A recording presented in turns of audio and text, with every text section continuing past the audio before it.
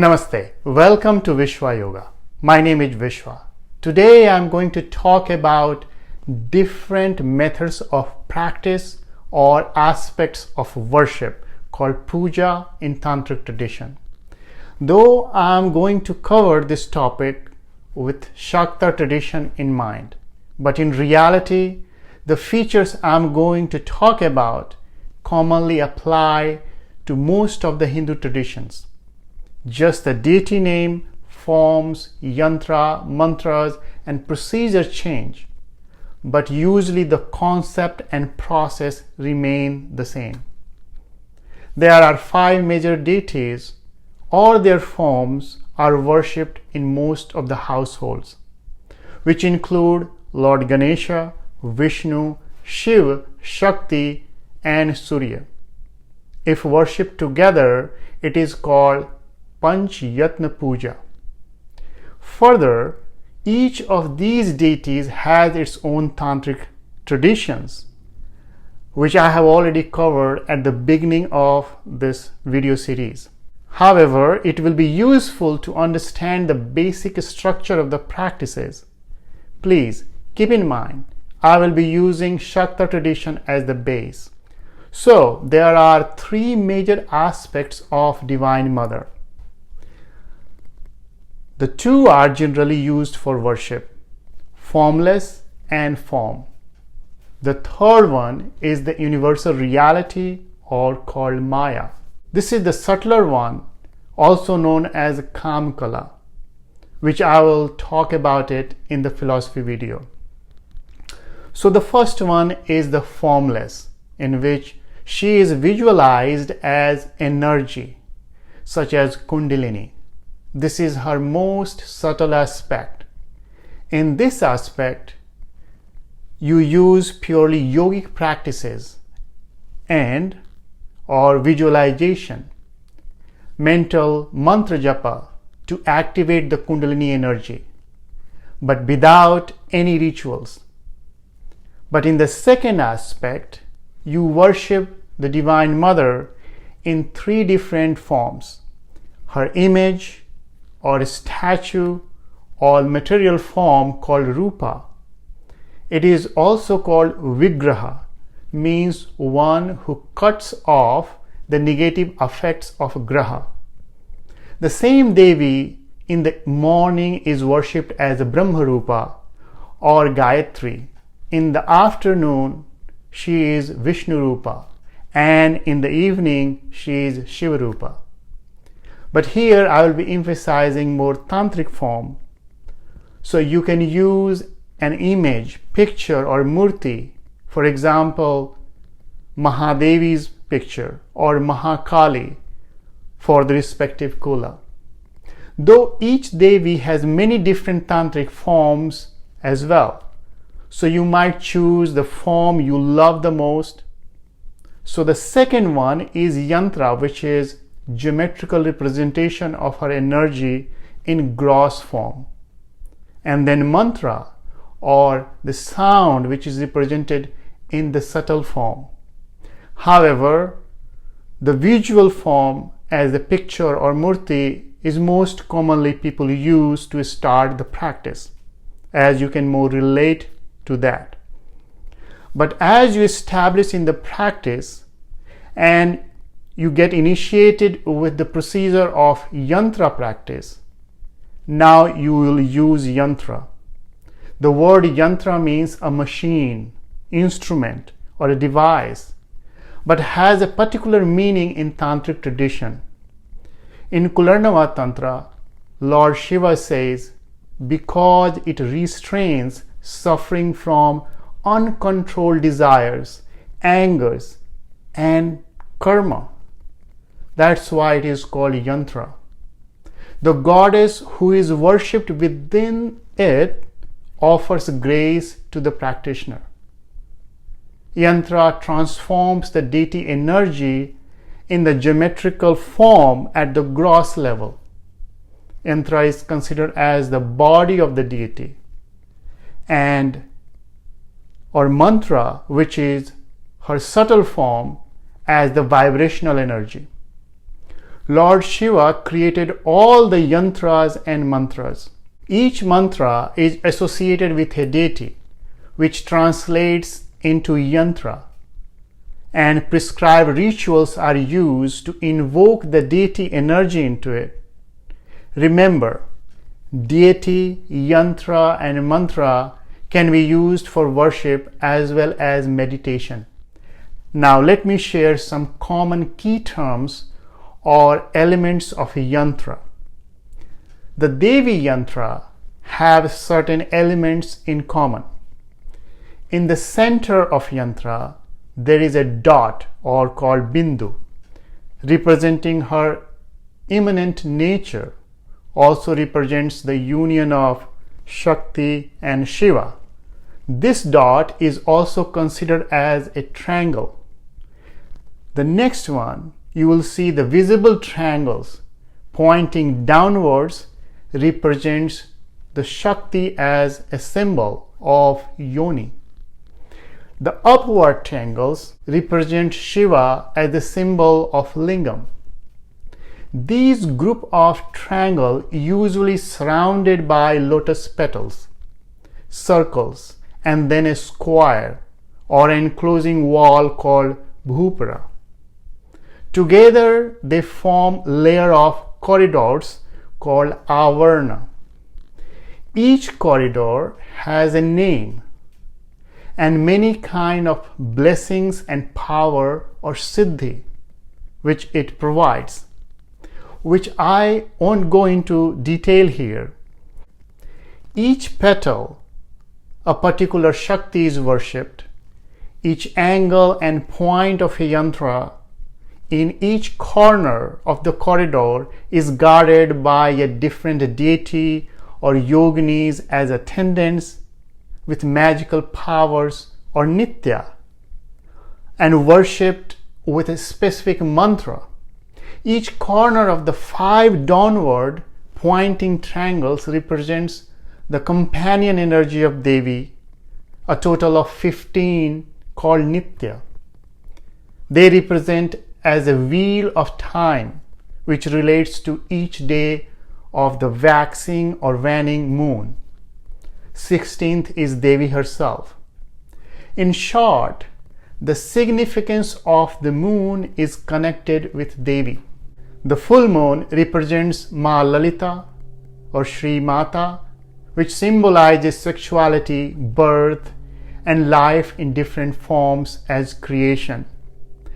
And the darkness of the new moon represents Ma Kali, who symbolizes death and formlessness, leading back to the dissolution or rebirth again. It is important to mention here that the right-hand path practitioners of Kula tradition use yantra drawn or engraved on the prescribed object, but the left-hand path practitioner also worship the actual female organ or yoni as yantra.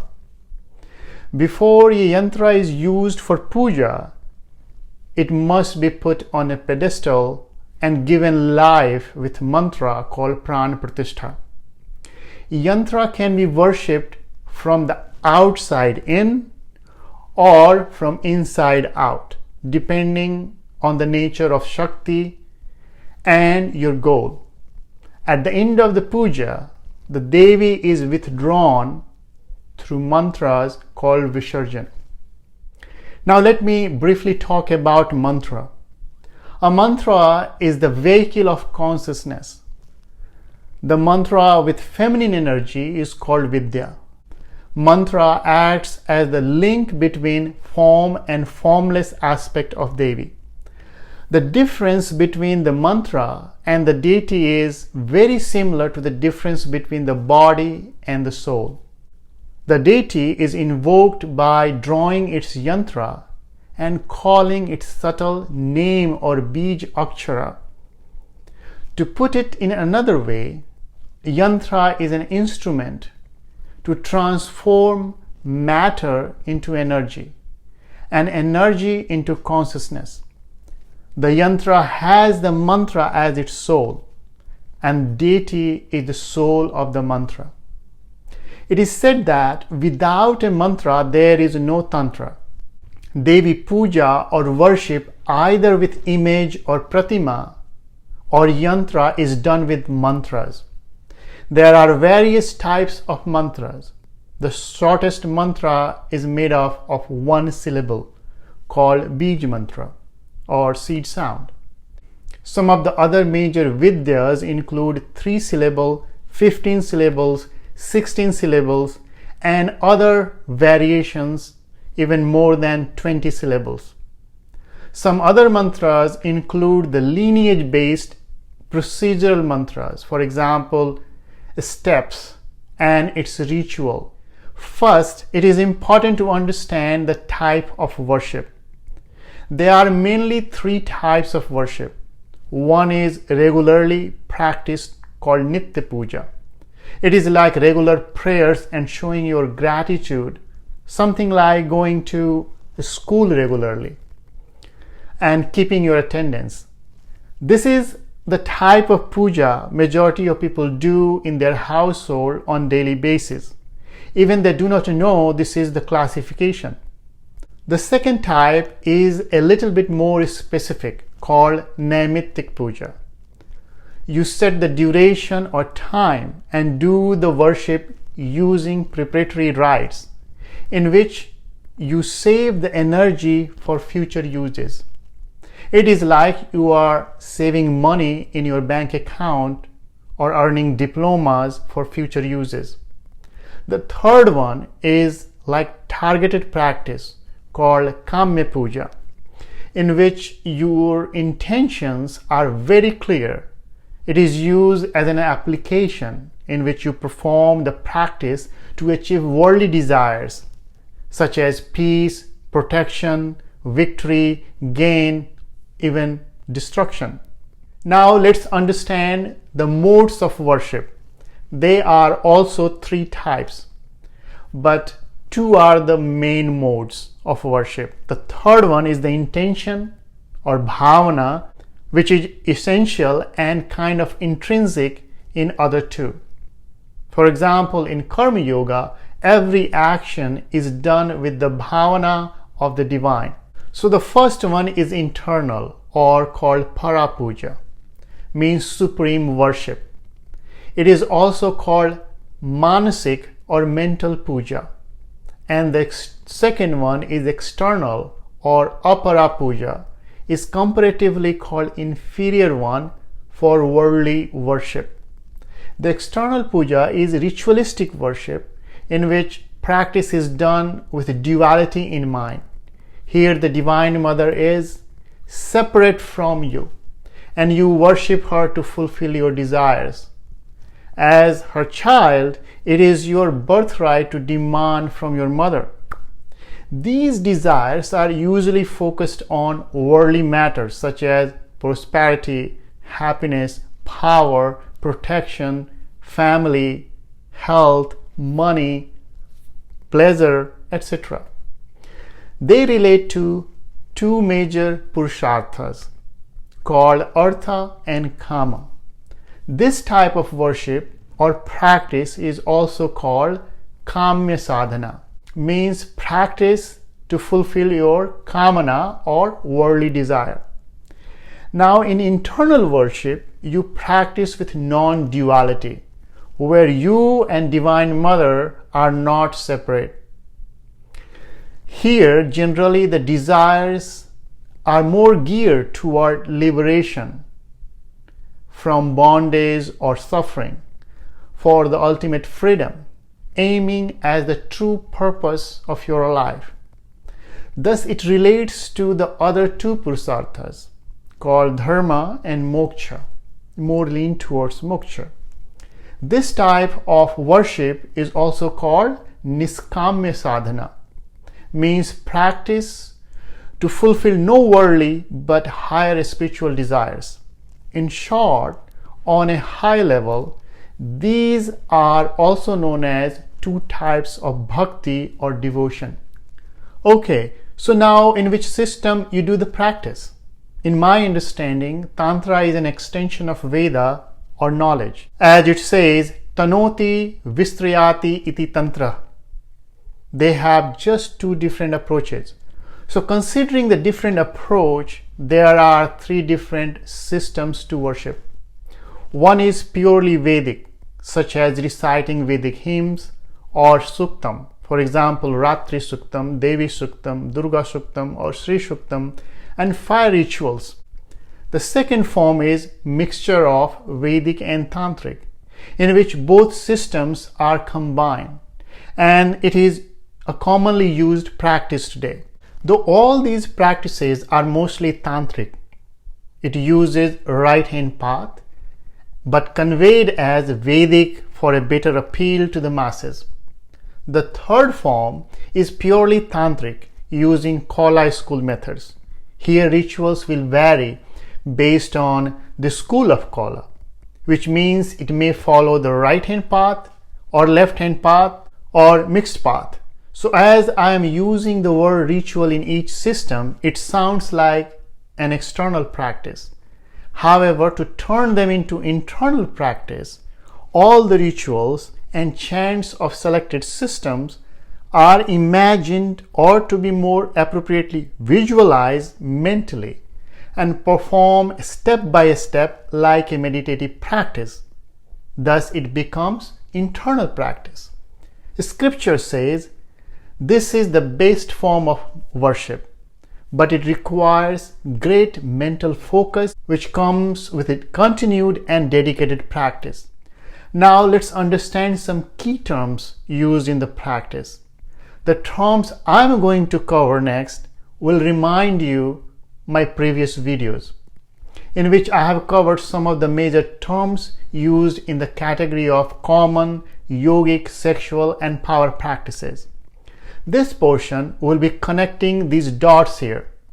So now to do the practice, you will need a qualified teacher who can initiate into a lineage with a mantra and guide you on this path.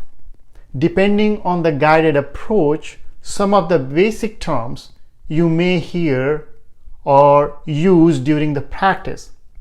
The first set is key yogic tools: asana, pranayam, and meditation.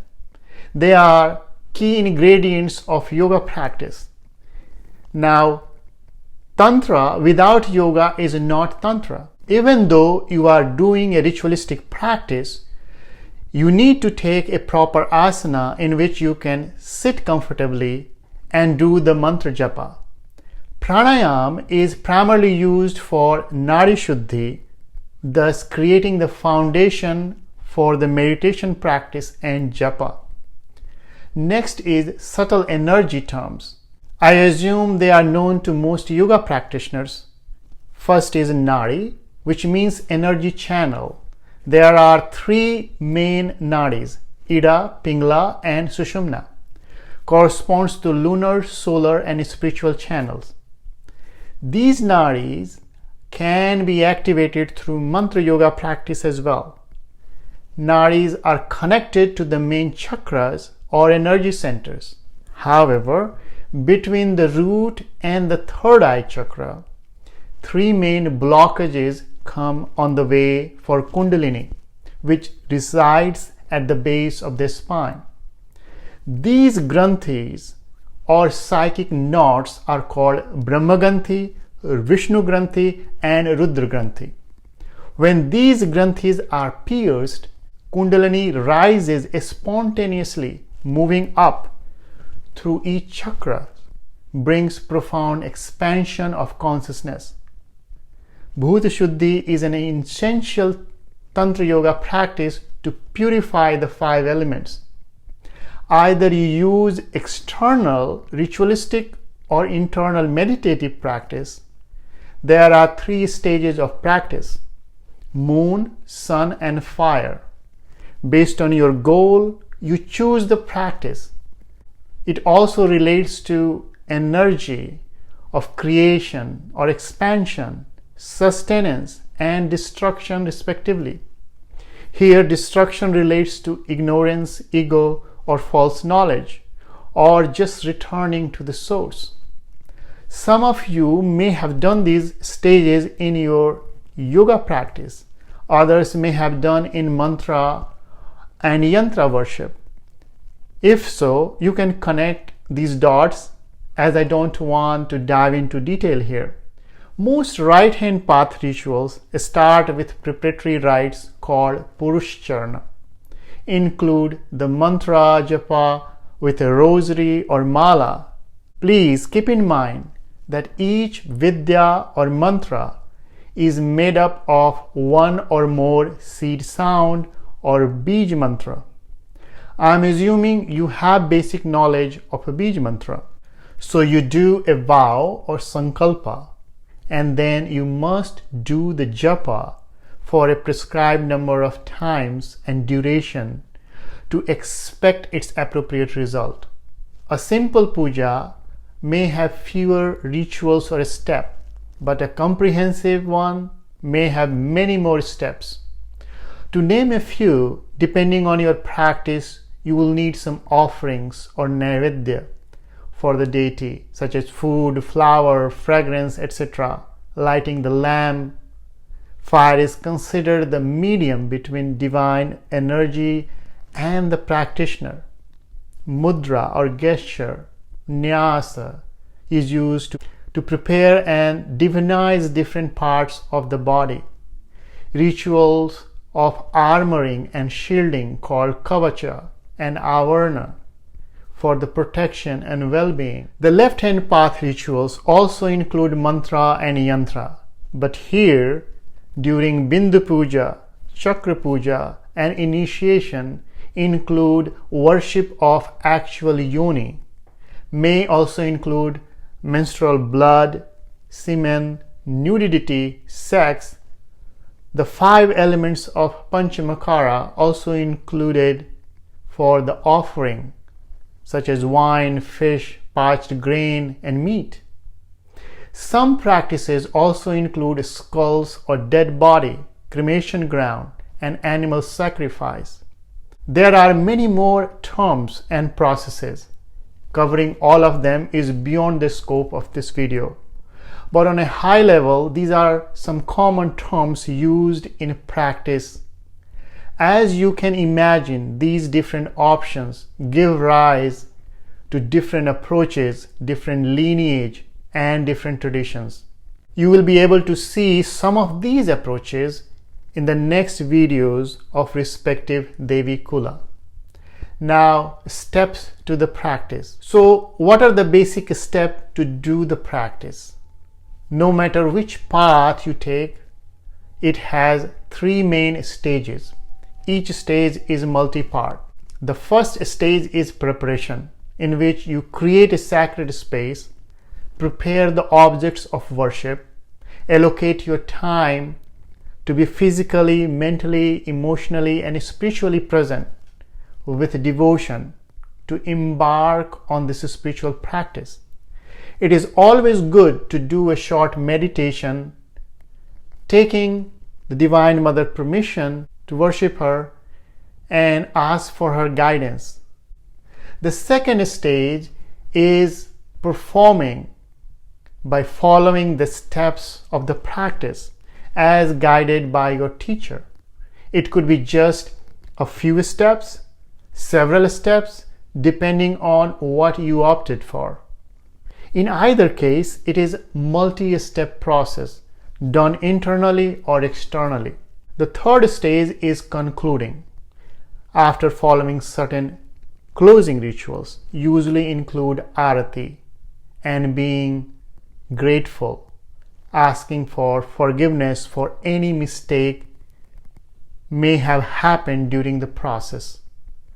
Then sharing the offered food or prasad among everyone around you. Finally, what is the spiritual significance of worship or puja? In the Vedic approach, it is like petitioning to the Supreme to fulfill the external or worldly goal. But as time passed, these practices shifted to the experience of oneness with divinity. So it became the form of yoga or union. Thus, you see many approaches In the Tantric approach, no matter which path you take, which object you use, someone may classify pure or impure. Each item and process may have different meaning and significance. You can find elaborate explanation in different sources. But at the core, during the puja, you pay homage and reverence to all the 5 Panch Mahabhutas or 5 elements: earth, water, fire, air, and ether. These 5 elements or Panch Mahabhutas constitute the physical or macro world and also exist within each of us in the form of micro worlds. Each of these Mahabhutas also corresponds to the 5 Indriyas or 5 senses, which we can connect to and acknowledge at the gross level. Hope you can connect this back to Sankhya philosophy. So these were some of the basic common aspects of Tantric practices. I hope this information was useful for you. In my next video, I will talk about the fundamentals of Sri Kula and Sri Vidya tradition. Thank you so much for watching. Have a wonderful day. Namaste. Thank you so much for listening. If you like the information, please subscribe, like, and share so that everyone else can also enjoy this.